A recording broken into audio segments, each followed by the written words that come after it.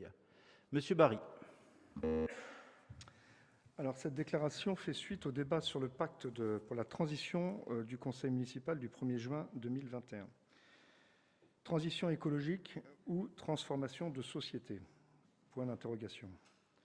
Dans l'ordre du jour du Conseil municipal du 1er juin 2021, nous avions à voter, dans la rubrique Transition écologique, une délibération relative à l'adoption d'un pacte pour la transition. À propos de ce document proposé dans une écriture inclusive et qui n'a d'inclusive que le nom, tellement elle complexifie cette lecture, nuisant ainsi à sa compréhension, nous avons fait observer la différence entre l'intitulé de l'ordre du jour et le contenu de ce document. Si ce pacte de 8 pages traite d'éléments relatifs à la protection de la biodiversité et plus largement d'écologie, il aborde aussi des éléments relevant de l'action sociale, voire des positions très tranchées sur une certaine vision de la société, d'où le titre interrogatif de notre déclaration. Notons aussi que de nombreuses actions relèvent de l'autorité de l'État ou de la communauté d'agglomération de Saint-Quentin-en-Yvelines, donc pas uniquement de l'action de Guyancourt. Nous avons eu à nous prononcer sur un document très engageant pour la commune.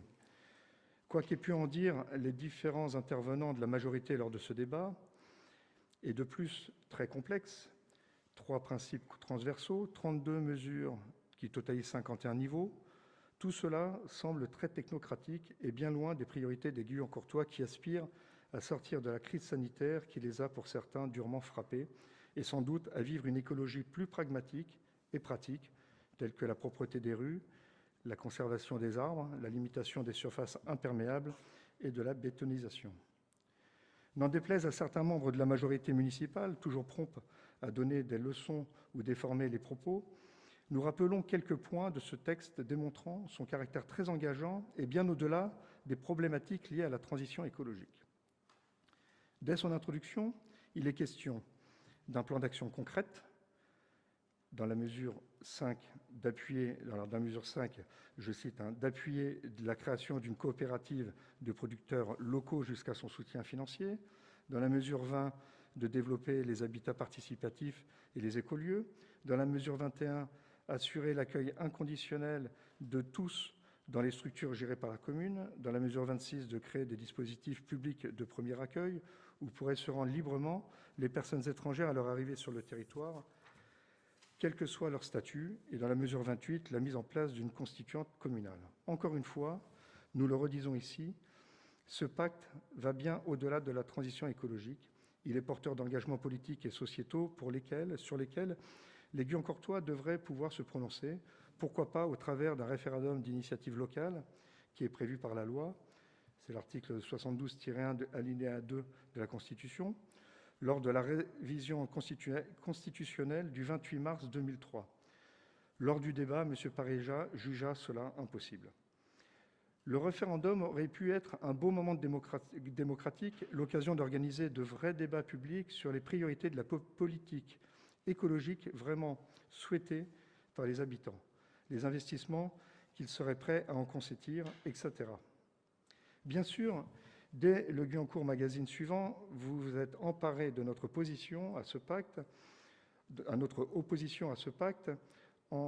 qui ferait de nous des adversaires de l'écologie. C'est le jeu, diront certains dans cette assistance. Mais de quel jeu parlez-vous ? Le jeu démocratique qui, avec 2700 voix sur 18 000 inscrits, vous a certes élu, et nous ne le contestons pas. Mais vous donne-t-il toute légitimité pour imposer ce texte ? Sincèrement, vous devriez faire preuve de plus d'humilité. Nous restons concentrés sur les actions au niveau communal. Dans notre programme, nous proposions, entre autres, la nomination d'un maire adjoint en charge du développement durable, chargé d'étudier toutes les décisions prises par la municipalité quant à leurs impacts sur la biodiversité et le changement climatique. Quand nous indiquions toutes les décisions, nous entendions l'achat de véhicules, par exemple, l'achat de matériel, les projets de construction, le coût énergétique de chaque action de la ville et de son impact sur l'environnement. Nous proposions également la création d'une cuisine centrale permettant de maîtriser la transformation des différentes denrées issues des circuits courts et bio, avec une distribution pour les écoles, les centres de loisirs, pour le personnel municipal et pour les personnes isolées sous conditions de ressources. Nous réaffirmons l'engagement d'Ensemble Agissons pour Guyancourt, aux côtés des Guyancourtois, pour la préservation du bien commun, dans le respect des compétences dévolues à la ville et sans aucun esprit militant, pour une écologie réaliste, pragmatique, respectueuse des contraintes des Guyancourtois. Par cette déclaration, nous réaffirmons nos engagements concernant l'écologie, la protection de l'humanité et l'avenir de notre planète. Vous n'en avez pas le monopole. Merci de votre écoute. Merci beaucoup, Monsieur Barry. Vous nous donnerez également le texte de votre déclaration.